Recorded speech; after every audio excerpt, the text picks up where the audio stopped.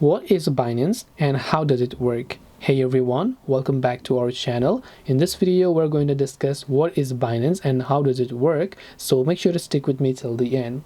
So Binance is basically a crypto trading application that is one of the most popular ones. There are many crypto trading apps, Trust Wallet, Coinbase, and Binance is also one of those. But Binance is one of the most popular and the most successful ones that you can use to trade.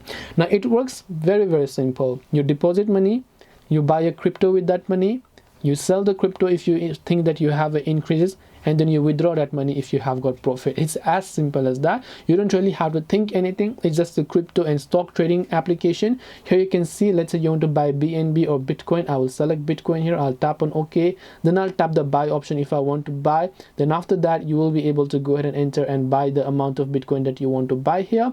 Then once you've done that, you'll be able to buy Bitcoin, withdraw Bitcoin, make profit. So it's just a game of profit and loss. You just have to be aware of the coin's value. You need to understand how this works and how whether or not it is going to increase or decrease. And if you are a professional trader, this is just a piece of cake for you.